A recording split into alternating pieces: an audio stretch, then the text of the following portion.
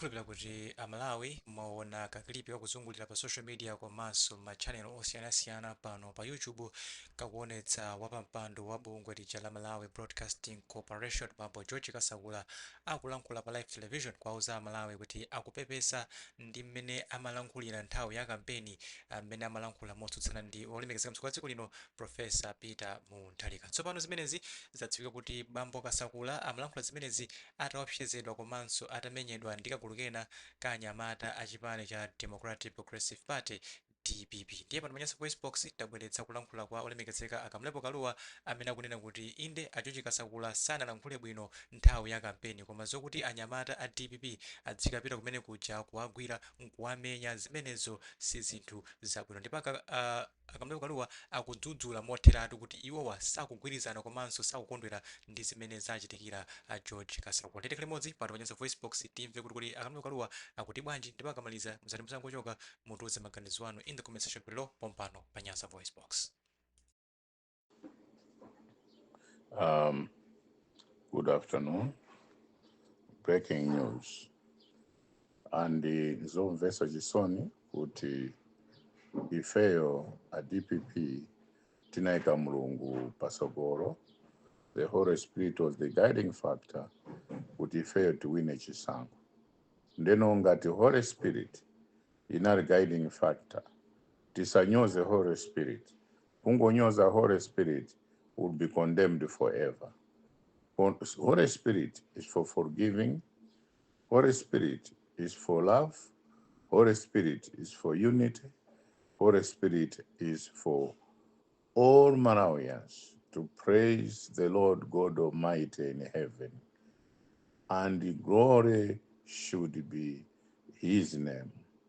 Glory is to his kingdom. Glory is the Lord God Almighty, the Holy One of Israel, the one who blesses and the one who protects.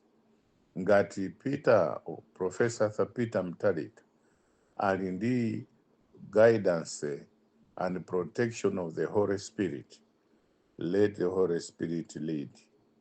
Let love lead. If the love will lead, all of us will sing hallelujah.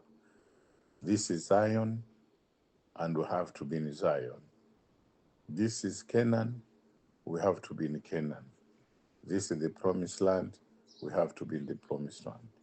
Glory to God. Please, I apologize on behalf of the truth and the Holy Spirit.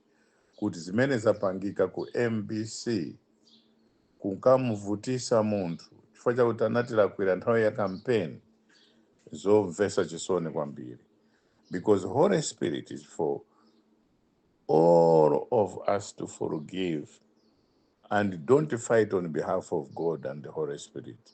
Mwatembereredwa ndikukuuzani. We have to condemn this. You should also apologize to his family, to Malawians, because we didn't want blood and blood. No. We wanted to give them an example of how we can lead through the Holy Spirit, how we can lead through God's guidance. And by the blood of Jesus Christ, his blood, limenetike pasogolo. He paid for us. He was bruised for our comfort. He was chained for us to be saved. And for people to go there to take law, kupika manja mwao, kukampanga chipongwe munthu. Inda nalakwa, koma izizi nayo I'm condemning it. Whether I fall out of grace from you guys, I don't care. But I care for the love of the Holy Spirit, for the love of God, kuti tonse tikondane, tonse ndifa Malawi, tonse tiena kuimba rokoma. That's why timachita condemn kuti ku State House kuli chimpwirikiti. That's why timachita condemn kuti anthu andakuba. Chifukwa tikufuna kuti ndrama zibwerere bwino.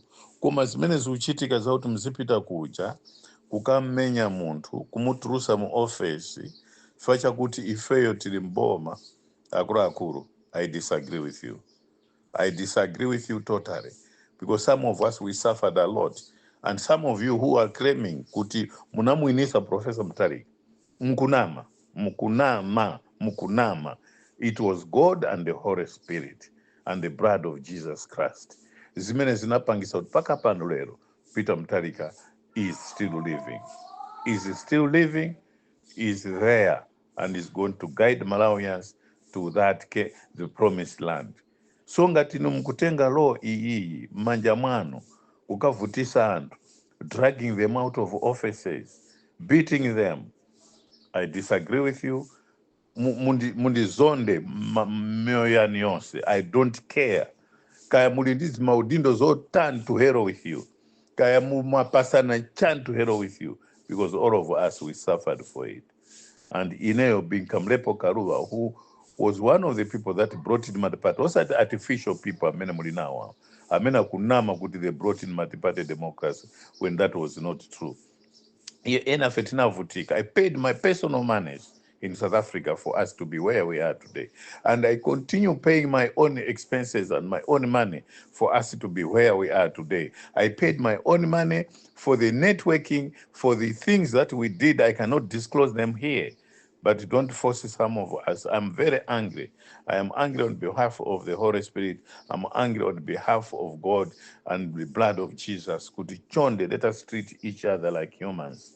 Tisamabweze kubwezera nkwa Yehova, kubwezera nkwa mwene wake Mulungu. Chonde, chonde, chonde, chonde, chonde, chonde, chonde, chonde. I cry for my beloved country. Let us not do something that will destroy our leadership.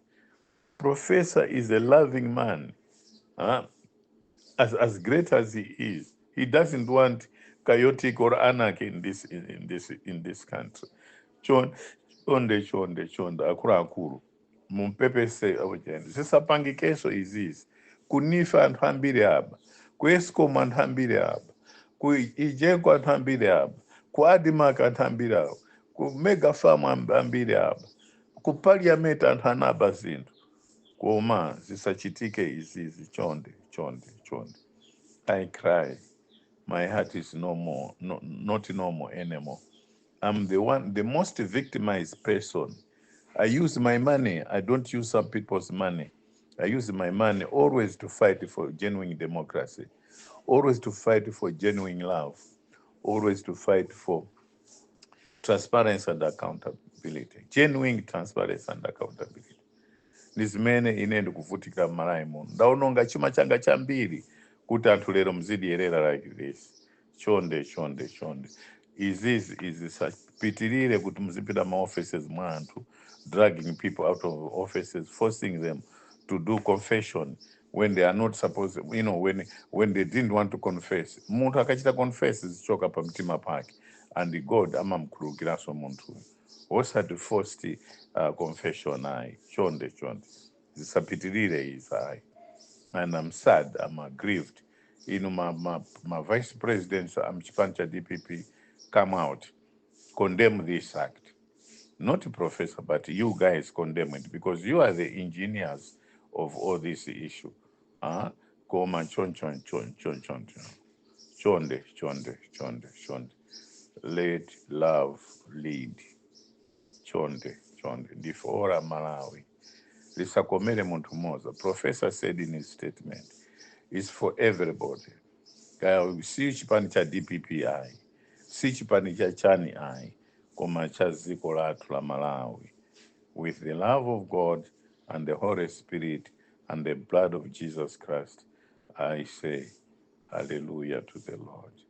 Thank you, Jesus. Thank you, Holy Spirit. Good afternoon.